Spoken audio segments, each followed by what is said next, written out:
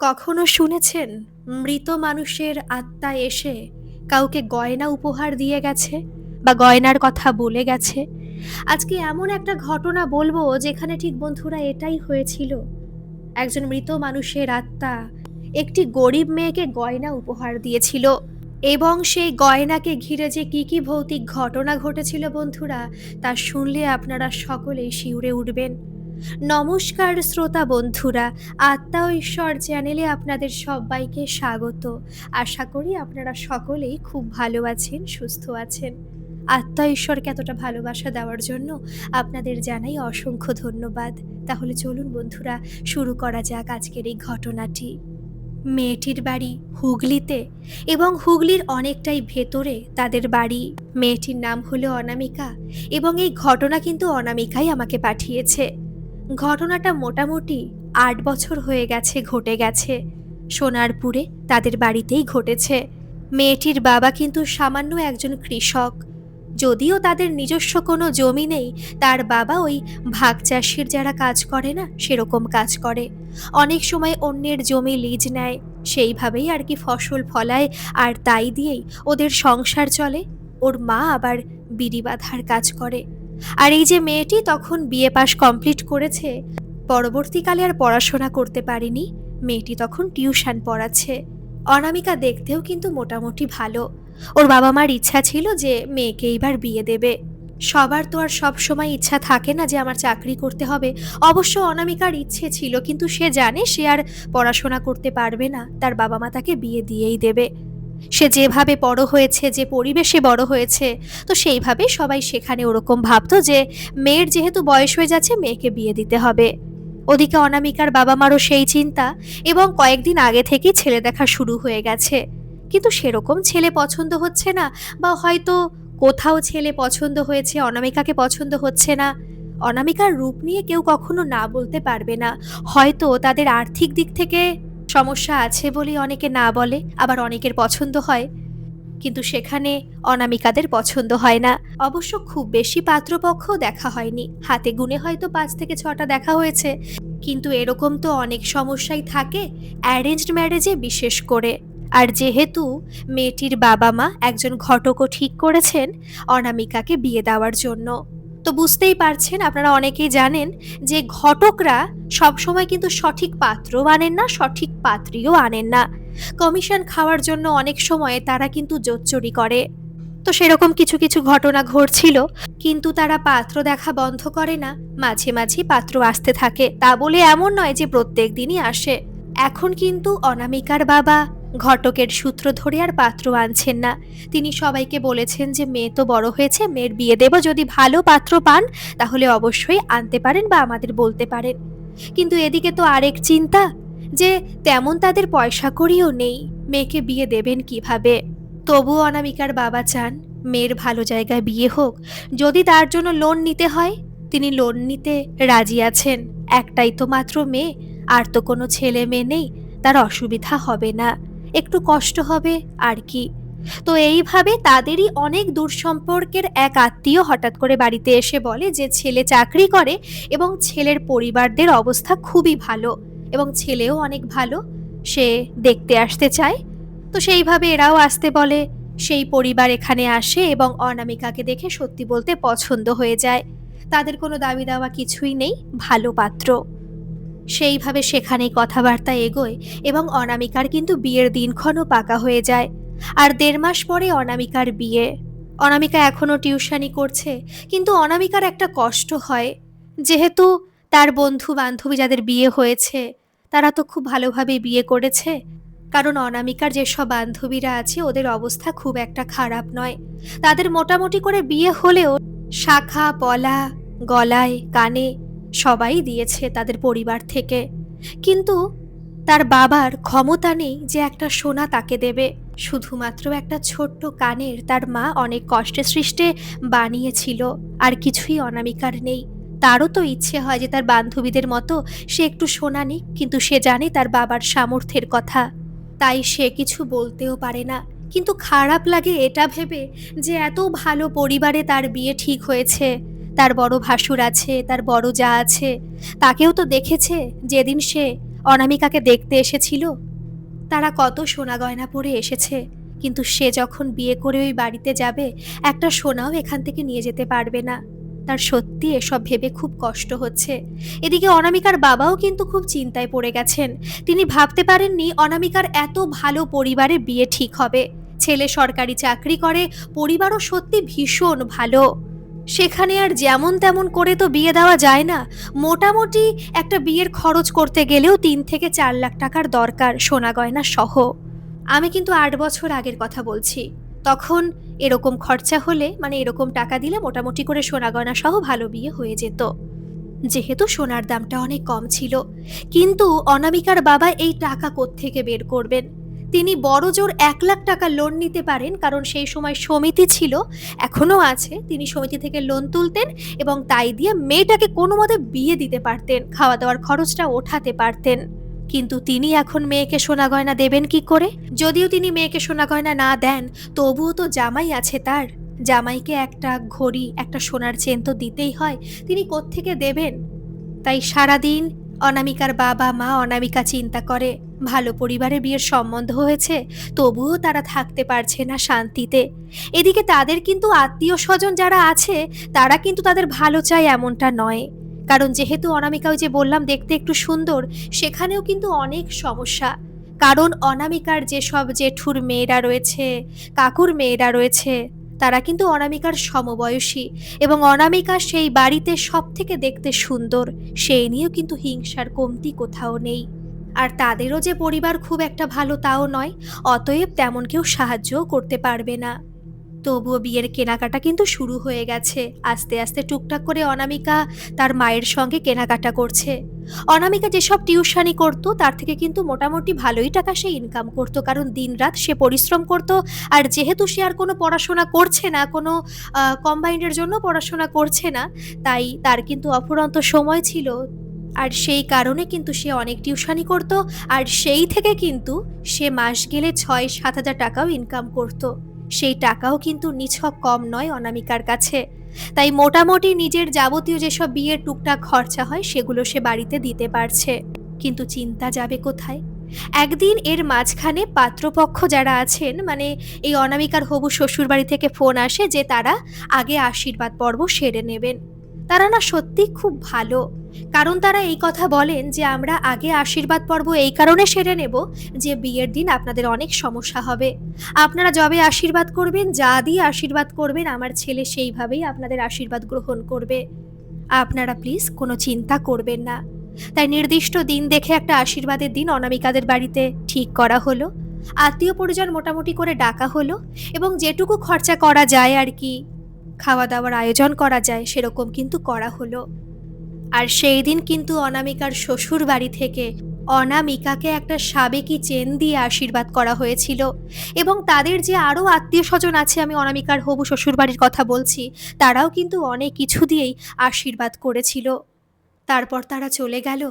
আর এদিকে তাদের চিন্তা আরও বেড়ে গেল যে এত কিছু দিয়ে অনামিকাকে আশীর্বাদ করে গেল, এইবার যদি একটা চেন অনামিকার হবু স্বামীকে না দেয়, তাহলে যে অনামিকার সম্মান থাকবে না, বা অনামিকার পরিবারের কোনো সম্মান থাকবে না। অতএব দিনরাত তাদের চোখের জল পড়ছে। আর এই যে বাবা মা কষ্ট পাচ্ছে, এটা দেখে অনামিকা আরও কষ্ট পাচ্ছে। তাই একদিন টিউশন পড়িয়ে সবে সে উঠেছে, তখন ওই গ্রীষ্মকালই ৬টা ১৫-২০ মতো বাজে। একটু পরেই সন্ধ্যা নেমে যাবে। অনামিকার বাড়ি যেতে চাইল না। সে কিছু সময় একা থাকতে চায়, কারণ বাড়িতে গেলে বাবা মার সামনে সে কাঁদতে পারে না। এদিকে কোথায় বসে সে একা একটু সময় কাটাবে, নিজের মনের দুঃখ প্রকাশ করবে? তাই সে নিজের একটা সাইকেল নিয়ে চলে গেল একটা ফাঁকা জায়গায়। সেখানে কিন্তু একটা বাড়ি আছে, অনেকটা জায়গা জুড়ে একটা বাড়ি।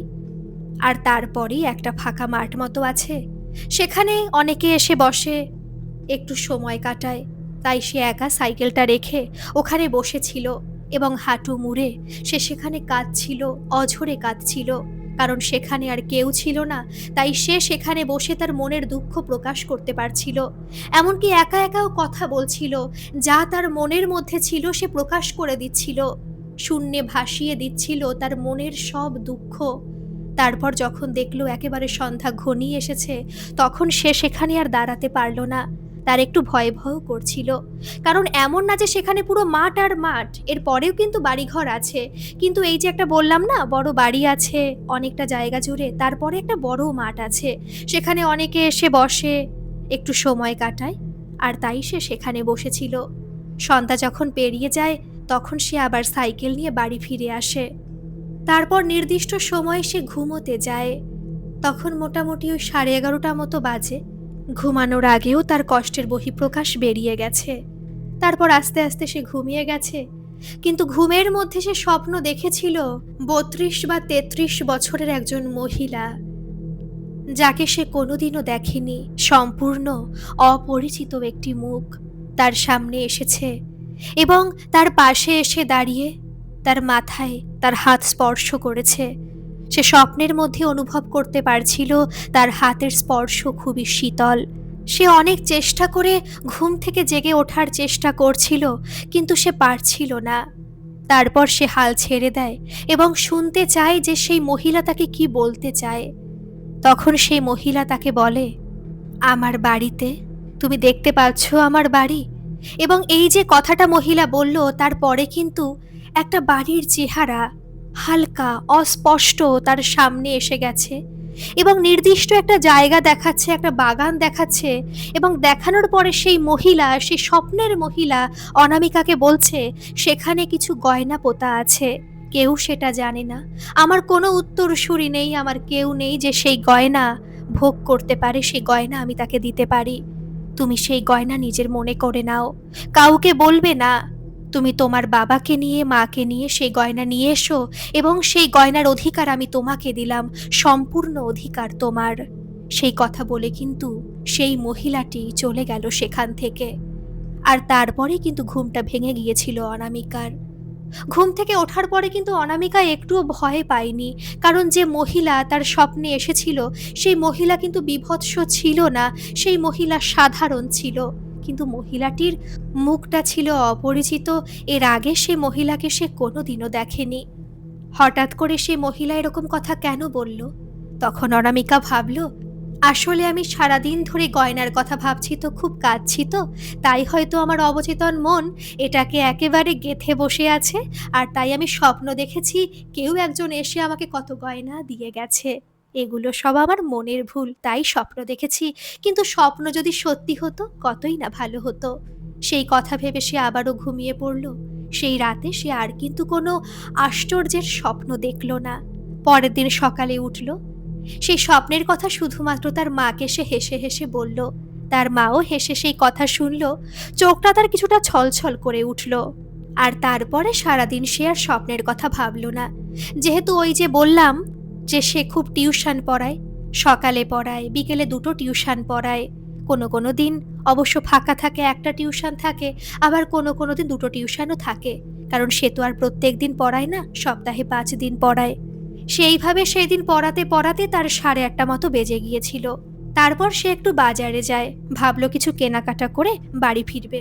কেনাকাটাও করে, তারপর বাড়ি ফেরে। কিন্তু তখনও সে বাড়ি ঢুকে পারেনি। সে শুনতে পাচ্ছে বাড়ির বাইরে দাঁড়িয়ে তার মা বাবা কাঁদছে এবং মেয়েটার বিয়ে নিয়ে তারা চিন্তা করছে। তারা বলছে যে কত রকমের খরচ আছে, এত ভালো পরিবারে মেয়ের বিয়ে ঠিক হয়েছে, এত খরচাপাতি, তাদের তত্ত্বের ব্যবস্থা করতে হবে, তাদের তো অনেক আত্মীয় স্বজন, সবাইকে শাড়ি দিতে হবে। আর যেহেতু তারা ভালো পরিবারের, তাই তাদের তো আর যেমন তেমন শাড়ি দেওয়া যাবে না। কত খরচ, কি করে পারবো বলো তো? কোথা থেকে এত টাকা পাবো? আমাদের যে 1 লাখ টাকার উপরে কেউ লোন দেবে না। কি করব কিছুই বুঝতে পারছি না। এই কথা বলতে বলতে কিন্তু অনামিকার বাবা কাঁদতে কাঁদতে আরও একটা কথা বলেন যে যদি কিডনি বিক্রি করা যেত না, আমার মেয়েটার বিয়ের জন্য কিডনি বিক্রি করে দিতাম। এই কথা শুনে কিন্তু অনামিকা সেখানে দাঁড়িয়ে কেঁদে ওঠে এবং ঘরে কাঁদতে কাঁদতে ঢুকে পড়ে। আর বাবাকে বলে, শোনো, এরকম কথা আর কখনো বলো না বাবা। আমি তোমাদের চোখের জল ফেলে কখনো বিয়ে করতে পারবো না। তারা তো বলেছে বাবা যে কোনো চিন্তা নেই, তারা আমাদের সমস্ত কিছুই জেনে আমাদের সঙ্গে বিয়ের সম্বন্ধ করেছে, আমাকে বাড়ির বউ করে নিয়ে যাবে। তাহলে আমাদের এত চিন্তা কিসের? যদিও তার চিন্তা হচ্ছে, কিন্তু মা বাবাকে তো সান্ত্বনা দিতে হবে, তাই সে সেই কথা তার বাবা মাকে বলল। কিন্তু তবুও কি আর দুঃখটাকে লাঘব করা যায়? তারপর তারা খাওয়া দাওয়া করলো একসাথে। আবার অনামিকা ঘরের মধ্যে চলে গেল। তার কাছে একটা ছোট অ্যান্ড্রয়েড ফোন আছে, কম দামি অবশ্য। সে ফোনটা ঘাঁটতে লাগলো। কিন্তু জানেন, সেই সময় সে হঠাৎ করে বুঝতে পারলো যে তার ঘরের বাইরে, যেখানে দরজা আছে আর কি, সেখানে কেউ একজন দাঁড়িয়ে রয়েছে। মনে হলো তার মা নয়, কিন্তু একটা মহিলা। কিন্তু সে যখন মোবাইলটা সরিয়ে রেখে ডান দিকে তাকালো, তখন কিন্তু সে কাউকে দেখতে পেল না। তখন কিন্তু মোটামুটি 10:30 বেজে গেছে। তার মা বাবা নিশ্চয়ই পাশের ঘরে ঘুমিয়ে পড়েছে। তাদের বাড়িতে কিন্তু মাত্র দুটো ঘর। ওই পোড়া ইটের বাড়ি দেখেছেন, যে প্লাস্টার করা নেই, মোটামুটি করে করা, সেরকম ঘর আসলে ওদের। ওরকম পাকা বাড়ি, আর উপরে টিন দেওয়া রয়েছে। ও তো জানে যে মা বাবা ঘুমিয়ে পড়েছে। তাহলে এখানে কে এসেছিল? এটা তো নিশ্চয়ই তার মা হবে না, কারণ তার মাকে সে খুব ভালোভাবেই চিনবে। যদিও সে ভালো করে দেখেনি, কিন্তু তবুও জানে সেই একটা অবয়ব তার মায়ের ছিল না, এটা অন্য কারোর ছিল। একটু ভয় ভয় তার অবশ্যই করছিল। সে বাইরে বেরিয়ে আসলো, কিন্তু কাউকে দেখতে পেল না। সে দেখল মা বাবার ঘরের দরজা ভেজানো রয়েছে। সে আস্তে আস্তে খুলল, ভেতর থেকে দরজা বন্ধ নেই। দেখলো মা বাবা মশারি টাঙিয়ে ঘুমিয়ে পড়েছে। সে আর মা বাবাকে ডাকলো না। দরজাটা আবার ভেজিয়ে দিয়ে ঘরের মধ্যে এসে তার নিজে দরজাটা বন্ধ করে দিল, যেটা আগে খোলা ছিল। তারপর সে ভাবতে লাগলো, সে কি ভুল দেখলো? হতেই পারে, কারণ অনেক সময় আমরা অনেক কিছু সাধারণ জিনিস দেখে অসাধারণ কিছু মনে করে থাকি। সেরকমই হয়তো হবে। তারপর সে 1-2 মিনিট ফোনে কথা বলছিল কিন্তু তার হবু হাজবেন্ডের সাথে। সে টুকটাক কিন্তু দিনে 1-2 বার হলে কথা বলে, কিন্তু সে নিজেকে এখনো কিন্তু পুরোপুরি তার সাথে কমফোর্টেবল হতে পারেনি। তাই মোটামুটি কথা বলে। আর ওদিকে হয়তো তার হবু হাজবেন্ডও বুঝতে পারে যে মেয়েটি তার সঙ্গে এখনো কমফোর্টেবল হচ্ছে না, তাই তেমন কোনো বাড়তি কথাও বলে না। তুমি কি করছো, খেয়েছো কিনা, এরকম টুকটাক কথাবার্তা শুধু বলে। আর হ্যাঁ, এর মাঝখানে একটা কথাই বলে, তুমি কোনো চিন্তা করবে না, কিন্তু কোনো সমস্যা নেই। তোমার বাবা মা যেরকম সামর্থ্য অনুযায়ী তোমাকে বিয়ে দেবে, তুমি সেভাবেই বিয়ে করবে, কখনো কিন্তু জোর দেবে না। অনামিকা শুধু হুম হুম বলে, আর তেমন কিছু বলে না। কিন্তু অবশ্য তার মনে মনে খুব ভালো লাগে যে সে সত্যি একটা ভালো পরিবারে যেতে চলেছে। তারপর 2-1 মিনিট কথা বলে সে ফোনটা রেখে দিয়ে আবার ঘুমিয়ে পড়ে। কিন্তু জানেন, সেই দিন ঘুমের মধ্যে সে আবারও সেই মহিলাকে দেখেছিল। সেই মহিলা তাকে আবারও বারবার করে বলছে, তোমাকে বললাম না, তুমি আমার কথার গুরুত্ব দিচ্ছ না গো। আমি সত্যি কথা বলছি, ওই গয়না তোমার, ওই গয়না সম্পূর্ণ তোমার। আমি কোনো ক্ষতি করব না তোমার। ওই গয়না তুমি নাও, কিন্তু কাউকে বলো না। সেই কথা বলে আবার চলে যায়। অনামিকার ঘুমটা ভেঙে যায়। এইবার কিন্তু অনামিকা এই স্বপ্নটাকে গুরুত্ব দিতে শুরু করে। অনামিকা ভাবতে থাকে যে এটা নিছকই কি স্বপ্ন? এটা কি আমার শুধুমাত্র কল্পনা? না, এর পেছনে তো কিছু থাকতে পারে। পরের দিন সকাল হলে তার বাবা মাকে সে জানাবে। সকাল হলো, তার বাবাকে এবং মাকে, তার বাবা তো জমিতে যায় চাষের জন্য, তার আগে সে তার বাবা মাকে এই কথাটা বলল। অবশ্য তার বাবা মাও হেসে উড়িয়ে দিল এই কথা। কেউ গুরুত্ব কিন্তু দিল না। গুরুত্ব কি দেয়? এটা তো একটা সত্যি হাসির কথা। স্বপ্নের কথা কি আর কেউ বিশ্বাস করে? অনামিকা আবার সেই কথা ভুলে গেল, আবার ব্যস্ত হয়ে গেল টিউশনির পেছনে। আজকে বিকেলে তার একটা মাত্র টিউশনি আছে। আজকেও তার মনে হলো, আজকে তার কান্না পাচ্ছে না ঠিকই, কিন্তু তবুও তার মনে হলো আজকে ওখানে গিয়ে আবার একটু বসবে, একার মতো কিছু সময় কাটাবে। আজকে ওর প্রায় 1.5 ঘন্টার মধ্যে পড়ানো কমপ্লিট হয়ে গেছে, তাই 6টার মধ্যে সেখান থেকে সে বেরিয়ে গিয়েছিল। আবার সেইখানে এসে যায়, কিন্তু আজকে দেখলো কয়েকজন লোক আছে, ছেলে পেলে আছে আর কি। অবশ্য তারা দূরে বসে রয়েছে, একে অপরের সাথে গল্প করছে। সে যেখানে আগের দিন বসেছিল সেখানে গিয়ে বসলো, সেখানে কেউ নেই। সেখানে বসে বসে সে একটু ফোন ঘাঁটছে, আবার ফোনটাকে রেখে সে আকাশের দিকে তাকাচ্ছে, এক মনে কিছু একটা ভাবছে। আস্তে আস্তে 6:30 বেজে গেল, সন্ধ্যা হব হব। এবং জানেন, সেই সময় হঠাৎ করে পেছনে এসে একজন মহিলা তাকে ডাকলো, তুমি কি আমার কথার গুরুত্ব দিচ্ছ না গো? আমি সত্যি বলেছি। হঠাৎ করেই কথা শুনে কিন্তু অনামিকা একটু শিউরে উঠেছিল। পেছন ফিরে তাকিয়েছিল অনামিকা। আর যখন সে পেছন ফিরে তাকালো, অনামিকা কিন্তু সেই স্বপ্নে দেখা মহিলাটিকে দেখতে পারল। এবং সেই মহিলাকে দেখে অনামিকার সমস্ত শরীর শিউরে উঠল।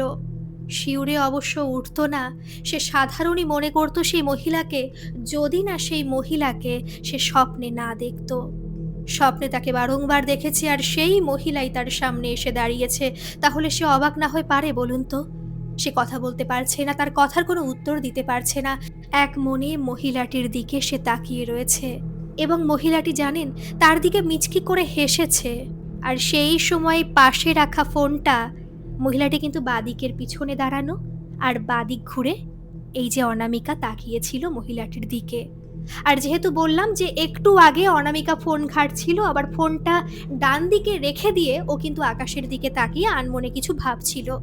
আর তখনই তার ফোনটা বেজে ওঠে, আর তাই সে ডান দিকে একটু ফোনটার দিকে তাকিয়ে আবার যে বাদিকে মহিলাটির দিকে তাকাতে যায়, তখনই কিন্তু মহিলাকে আর সে দেখতে পায় না। দূর দূরান্তে সেই মহিলা কোত্থাও নেই, কোত্থাও না। এখন ভয় লাগতে শুরু করে, কিন্তু সে চারিদিকে তাকিয়ে দেখে সেখানে যে ছেলেপেলেগুলো বসা ছিল তারা সেখানে নেই, তারা সেখান থেকে চলে গেছে। অনামিকার কিন্তু প্রচণ্ড পরিমাণে ভয় লাগতে শুরু করে, তার সমস্ত শরীর শিউরে উঠছে। অনামিকা ভাবছে যে সে কখন এখান থেকে বেরোবে। সে যত চেষ্টা করছে এখান থেকে সাইকেল নিয়ে বেরোনোর, তত ওর মনে হচ্ছে সে এখান থেকে বেরোতে পারছে না। ওই যে বললাম না, পাশে একটা বড় জায়গা জুড়ে বাড়ি রয়েছে, দোতলা বাড়ি।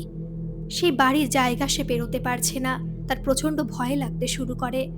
আর তখন সে ডান দিকে একবার ফিরে তাকায়, কিন্তু সে তখন দেখতে পারে যে স্বপ্নে প্রথম দিন একটা মহিলা, মানে এই মহিলাই তাকে স্বপ্নে দেখিয়েছিল না একটা জায়গা, এই বাড়ি অবিকল সে জায়গার মতো। সত্যি তো, সে তো তেমন খেয়াল করে দেখেনি, আসলে পাঁচিল দিয়ে ঘেরা তো, ভালো করে দেখলে অবশ্যই লক্ষ্য করা যায়, কিন্তু তেমন সে কোনোদিনও লক্ষ্য করেনি। আসলে এই জায়গাটা তার বাড়ির থেকে একটু দূরে, আর এখান থেকে ওর কোথাও যাওয়ার রাস্তা পড়ে না। যদি কখনো ওর ইচ্ছা হয় এখানে এসে একটু সময় কাটাবে, তখন সে এখানে আসে। তেমন না যে সব সময় সে আসে, মাঝে মাঝে একটু আসে। এর আগেও বান্ধবীদের সঙ্গে এক দুবার এসেছে, কিন্তু এসে তো আর বাড়ির দিকে সে ফিরে তাকায়নি, তারা মাঠে বসেছে, গল্প করেছে। তাই বাড়িটিকে ভালো করে লক্ষ্য করা হয়নি। কিন্তু আজ সে লক্ষ্য করলো, আর লক্ষ্য করার পর সে যখন বুঝতে পারলো এই বাড়ি, এই জায়গা তার স্বপ্নে চেনা সেই জায়গার মতো, আর তখনই সে সাইকেল নিয়ে দৌড়তে আরম্ভ করলো। এবং তখন সেখান থেকে আরও যে কজন লোকজন যাচ্ছিল, যাতায়াত করছিল যারা, তারা অবাক চোখে মেয়েটিকে দেখলো। যখন সে ওই জায়গাটা পেরিয়ে গেল, তখন তার মনে হলো তার সমস্ত শরীর হালকা হয়ে গেছে। সে বাড়িতে এসে কিন্তু সমস্ত কথা তার মা বাবাকে বলল।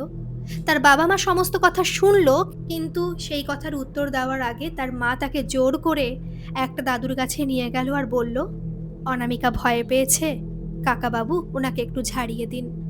সেই দাদু কিন্তু ওনাকে ঝাড়িয়ে দেন, আর তারপর অনামিকা আবার বাড়ি ফিরে আসে আর বারবার করে বলতে থাকে যে, বাবা আমি কিন্তু বারবার এই স্বপ্ন দেখছি, আর আমি এরকম দেখেছি বাবা, চলো না বাবা একবার দেখলে কেমন হয়, যে সত্যি যদি ওই বাড়িতে গয়না থাকে। তখন তার বাবা বলে, মারে অতি লোভে তাতি নষ্ট, তুই স্বপ্ন দেখেছিস ভালো কথা, আমি তোর কথা মানছি, হতেও পারে সেই মহিলা সে কোনো দৈব শক্তি বা কিছু, হয়তো সে আমাদের ভালো চায়, হতেও পারে সব সত্যি, কিন্তু সেই বাড়িতে আমরা ঢুকবো কি করে বলতো মা, কাউকে কিছু না জানিয়ে কি ঢোকা যায়? তখন মেয়েটি বলল, বাবা ওই বাড়িতে কেউ থাকে না, আর ওই বাড়ি তালা দেওয়া নেই জানো তো, মানে আমি বাড়ির তালা দেওয়ার কথা বলছি না, গেটের তালা দেওয়ার কথা বলছি, ভেতরে তো ঢোকাই যায় বলো। অনেকটা সময় কথা বলে তারা এইসব কিছু ভাবলো, আর তখন কিন্তু তার বাবা ভাবলো, ঠিক আছে একবার গিয়ে দেখাই যাক না। কিন্তু অনামিকার বাবা আবার সেই কথা কিন্তু চেপে রাখেননি, তিনি তার দাদা এবং তার ভাইকেও জানিয়ে দিয়েছেন সেই কথা। তারাও সবাই সেই কথা শুনে এক পায়ে রাজি যে ঠিক আছে আমরা কাউকে কিছু না বলে ওই বাড়িতে আমরা যাব, আর অনামিকা যা বলেছে সেখানে আমরা গিয়ে খুঁড়বো, মাটি খুঁড়বো, দেখবো কিছু আছে কিনা। আর সেই দিন একটু রাত রাত করে কিন্তু অনামিকার বাবা, জেঠু এবং কাকা সেখানে যায় এবং মাটি খুঁড়ে সত্যি একটা বাক্স পায়। বাক্সটাকে তারা বাড়িতে আনে, অনামিকাদের বাড়িতেই আনা হয়, আর সেখানে কিছু গয়না থাকে। খুব বেশি গয়না না হলেও কিন্তু কিছু গয়না সেখানে থাকে। আর সেই গয়না দেখে কিন্তু অনামিকা প্রচণ্ড ভয় পায়, অনামিকার বাবা প্রচণ্ড ভয় পায়, কিন্তু তার জেঠু এবং কাকার চোখ বড় বড় হয়ে যায় সেই গয়না দেখে। আর তাই তারা বলতে থাকে, শোন যেহেতু গয়না আমরা সবাই পেয়েছি, তাই গয়নার ৩ ভাগ হবে। কিন্তু অনামিকার বাবা তখন বলতে থাকে যে এই গয়না সে নেবে না। তারা নিলে নিক। আসলে অনামিকার বাবার একটু ভয় লাগে। আরেকটা কথা মাঝখানে বলে রাখি, যখন তারা মানে এই অনামিকার বাবা জেঠুকে এবং কাকুকে সমস্ত কথা বলে না, তখন কিন্তু তারা জানায় যে ওই বাড়িতে আর কেউই বেঁচে নেই। ওই বাড়িতে নাকি একজন মহিলা ছিল, তার স্বামী ছিল আর তাদের শ্বশুর-শাশুড়ি ছিল।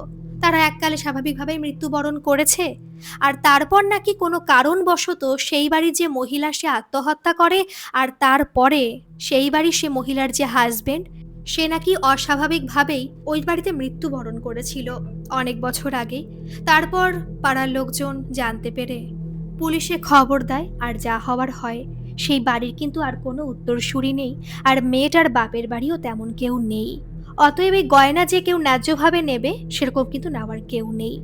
কিন্তু জানেন, অনামিকা বলেছিল যে বাবা, যেহেতু আমি স্বপ্নে বারংবার দেখেছি তাই আমি এখানে কোনো ভুল দেখছি না। ঠিক আছে, তুমি কাকাকে দাও, জেঠুকে দাও, আমার জন্য গয়না রাখো, অসুবিধার তো কিছু নেই। তাই অনামিকার বাবা কিন্তু অনামিকার কথা শুনেই সেখান থেকে কিছু গয়না রাখে, আর তারপর কিন্তু বাকিরা তাদের ভাগের গয়না নিয়ে সেখান থেকে চলে যায়। কিন্তু জানেন, পরের দিন সকাল হলেই তার জেঠু এবং কাকু সেই গয়না নিয়ে সেই বাড়িতে প্রবেশ করে আর বলে, ওরে এই গয়না অভিশপ্ত রে, তোদের সাথেও কি এরকম কোনো ঘটনা ঘটেছে? এইবার এই ঘটনার কিছু বর্ণনা দিই। অনামিকার কাকু এবং জেঠু সেই গয়না নিয়ে যখন বাড়িতে যায়, তখন কিন্তু ওই যে বললাম না অনামিকার কাকুর মেয়েরা রয়েছে, জেঠুর মেয়েরা রয়েছে, তারা কিন্তু এই গয়না পরে। গয়না পরার পর সারা রাত ধরে নাকি ওদের সাথে ভৌতিক ঘটনা ঘটে। সারা রাত ধরে নাকি ওরা গলা ধরে বসে থাকে। ওদের মনে হয় যে ওদের গলা কেউ চেপে ধরছে। শ্বাস প্রশ্বাস ওরা কেউ নিতে পারছে না। প্রচণ্ড কষ্ট হতে থাকে সারা রাত ধরে। একটু ঘুমের ঝিমটি ধরলেই তারা বীভৎস কাউকে স্বপ্নের মধ্যে দেখতে পায়, আর সে স্বপ্নে নাকি বলে যে তোকে এই গয়নার অধিকার আমি দিইনি, গয়নার অধিকার আমি একজনকেই দিয়েছি, তোদের দিইনি। এই গয়না কালকেই তাদের ফেরত দিয়ে আসবি, না হলে তোদের কিন্তু অবস্থা খারাপ হয়ে যাবে। ভোরের দিকে তাদের কিন্তু গলা ব্যথাটা একটু কম হয়, মানে রাত্রেবেলা সারা রাত ধরে যেরকম শ্বাস প্রশ্বাসের অসুবিধা হচ্ছিল সেরকম সমস্যা হয় না, কিন্তু গলা ব্যথা থাকে। তারা বুঝতে পারে যে সত্যি সারা রাত ধরে কিছু একটা ঘটেছে। তার বড় জেঠুর এক মেয়ে, বড় কাকারও এক মেয়ে, সমবয়সী তারা, তারাও পাত্র খুঁজছে, বিয়ে দেবে তাদের মেয়েদের। তাদের দুজনের কিন্তু এরকম হয়েছে। আর তাই এই অনামিকার কাকু এবং জেঠু অনামিকার বাবার কাছে এসে জিজ্ঞেস করছে, তোর মেয়ের সঙ্গে কি এরকম কিছু হয়েছিল? বলছে না তো, এরকম তো কিছু হয়নি। তখন বলছে যে তাহলে নিশ্চয়ই অনামিকা গয়না পরেনি। বলছে না, ও তো গয়না পরে দেখেছে গলায়। কিন্তু ওরা শুনে অবাক হয়ে যায় যে অনামিকার সঙ্গে এরকম কিছু হলো না। কিন্তু যা ঘটনা ওদের সঙ্গে ঘটেছে ওরা আর সাহস দেখাতে পারল না। সেই গয়না অনামিকার বাবার কাছে ফেরত দিয়ে তারা চলে গেল। অনামিকার বাবা ভাবল যে যদি সত্যি ওদের সঙ্গে এরকম কিছু হয়।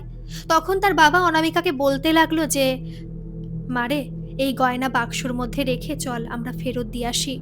কিন্তু অনামিকা হ্যাঁ বা না কিছু বলল না।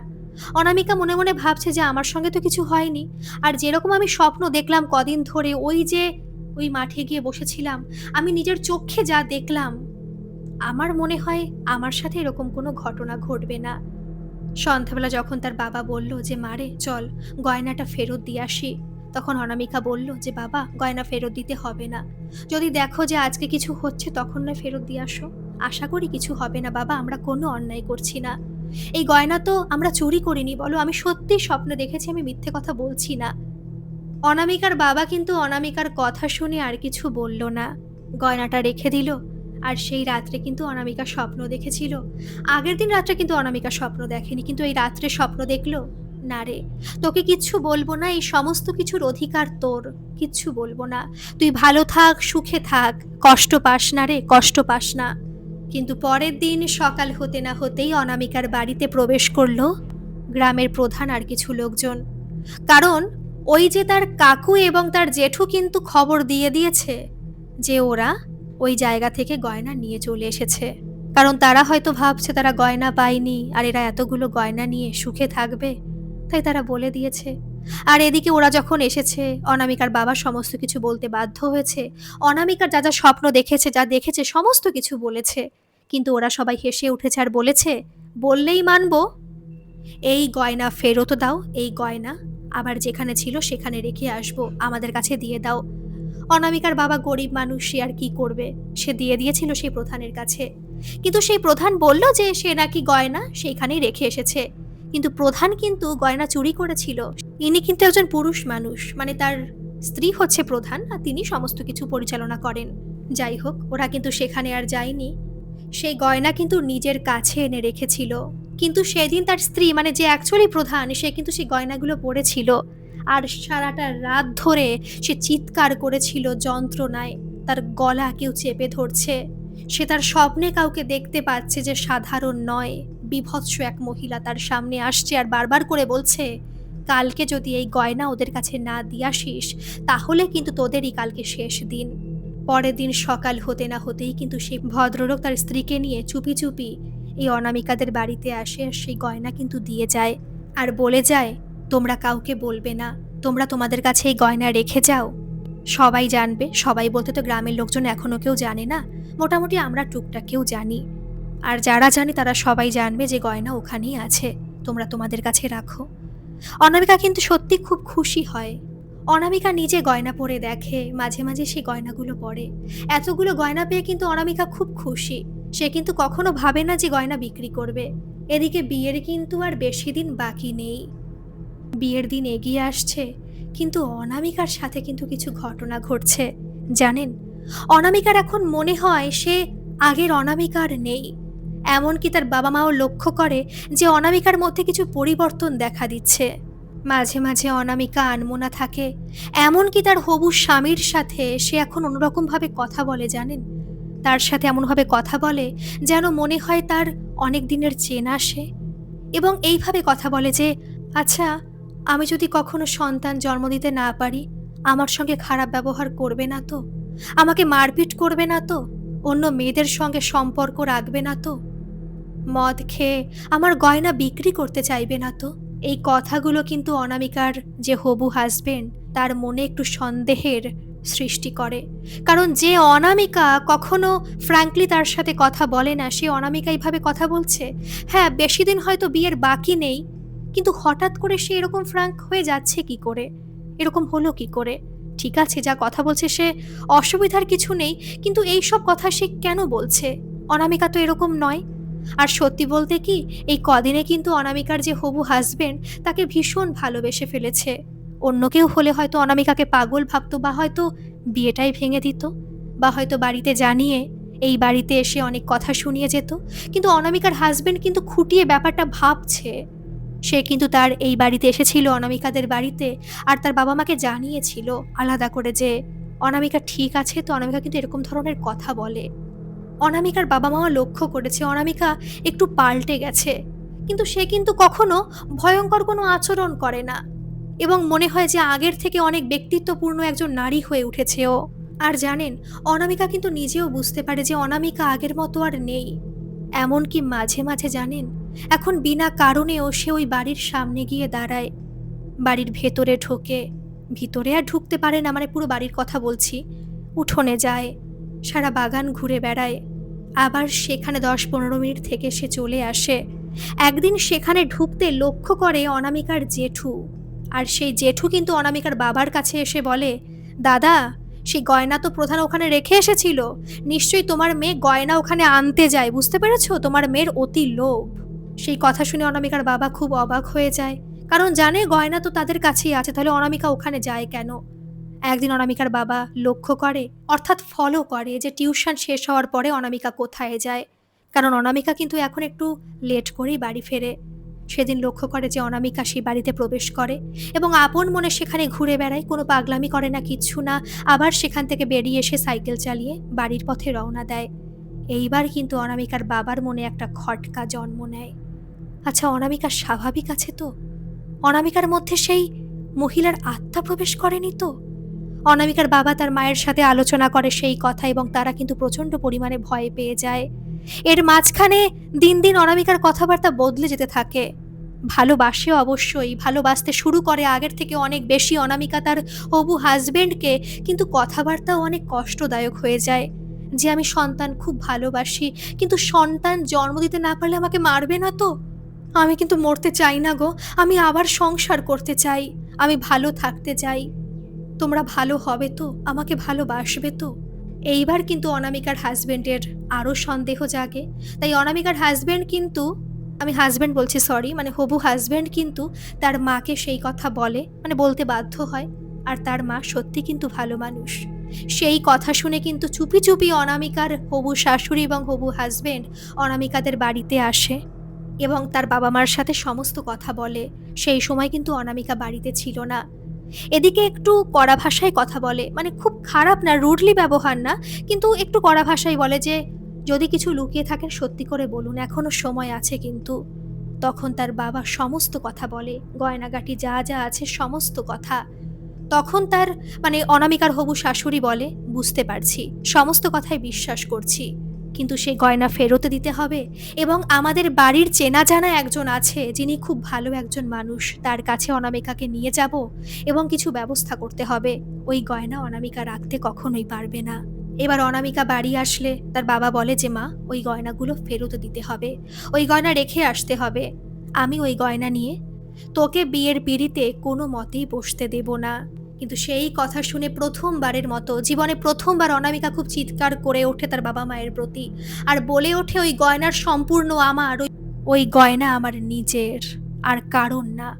ওই গয়নায় হাত দিলে কিন্তু আমার থেকে খারাপ কেউ হবে না।" অনামিকার বীভৎস রূপ তার বাবা-মা আগে কখনো দেখেনি।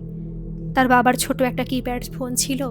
সেই ফোন থেকে অনামিকার হবু শাশুড়িকে সমস্ত কথা শোনায় এবং পরের দিনই কিন্তু সেই বাড়িতে প্রবেশ করে অনামিকার হবু শ্বশুরবাড়িতে যিনি আছেন, মানে যিনি পুজো আর্চাও করেন এবং অনেক কিছু জানেন। তিনি আসেন এবং অনামিকাকে দেখে বলেন যে আসলে ওর মধ্যে কিন্তু কোনো ভয়ঙ্কর আত্মা নেই। সত্যি আত্মা নেই। কিন্তু ওর গয়না পরতে, পরতে ওর একটা চিন্তাধারা, ওর সমস্ত কিছু ওর মধ্যে প্রবেশ করে গেছে। আমি কোনো নেগেটিভ এনার্জি ওর মধ্যে দেখতে পারছি না। কিন্তু এইটা বুঝতে পারছি যে গয়নার মধ্যে নেগেটিভ এনার্জি আছে। আর ওই গয়না যেহেতু বারংবার পড়ে, তাই ও ওই মহিলাটির মতো আদব কায়দা শিখে গেছে, মহিলাটির মতো কথাবার্তা শিখে গেছে এবং মহিলাটির যে ভিতরে কষ্ট, তার যে অনুভূতি, তা সে নিজে বুঝতে পারছে।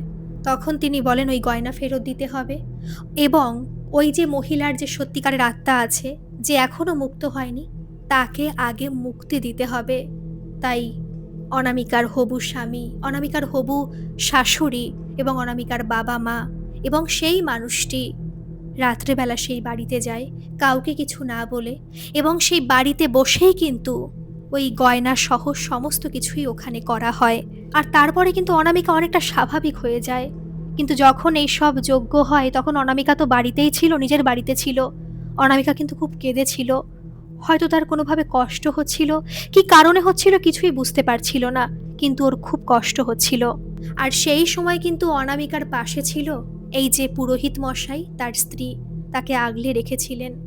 এই পুরোহিত মশাই বলেছিলেন যে অনামিকার সঙ্গে খারাপ কিছুই হবে না। ওই যে বললাম, অনামিকার মধ্যে কোনো আত্মা নেই, কিছুই হবে না।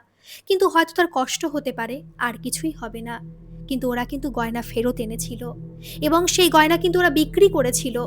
বিক্রি করে সেই টাকা দিয়ে অনামিকার হবু স্বামী এবং অনামিকা বিয়ের পরবর্তী সময়ে অনাথ আশ্রম, বৃদ্ধাশ্রমে এবং বিভিন্ন যারা আর কি অসুস্থ, তাদের দান করে দিয়েছিল। অনেক টাকাই হয়েছিল সেই গয়না বিক্রি করে, কিন্তু একটা টাকাও তারা নিজের কাছে রাখেনি। কিন্তু জানেন, যখন যজ্ঞ করা হচ্ছিল তখন কিন্তু পুরোহিত মশাই অনেক কিছু বুঝতে পেরেছিলেন। তিনি পরবর্তীকালে বলেছিলেন যে এই বাড়ির পিছনে কিছু রহস্য তিনি বুঝতে পেরেছিলেন সমস্ত কথা শুনে, অনামিকার মুখের সমস্ত কথা শুনে এবং যজ্ঞ করার সময় কিছু অনুভব করতে পেরে তিনি বলেছিলেন আসলে যে এই বাড়ির যে মহিলাটা আর কি, সে তো আত্মহত্যা করেছিল, তার সন্তান হচ্ছিল না হয়তো, সেই কারণে তার স্বামী তার সঙ্গে খারাপ ব্যবহার করত। এদের কিন্তু পয়সা কড়ি পরবর্তীকালে আর কিছুই ছিল না, কারণ তার স্বামী খুবই মাতাল ছিল এবং সে সমস্ত পয়সা জুয়া, মদ খেয়ে উড়িয়ে দিয়েছিল। আর তারপর তার স্ত্রীর গয়নার প্রতি তার লোভ হয়েছিল। কিছু কিছু গয়না সে বিক্রিও করে দিয়েছিল, তাকে মারধরও করত।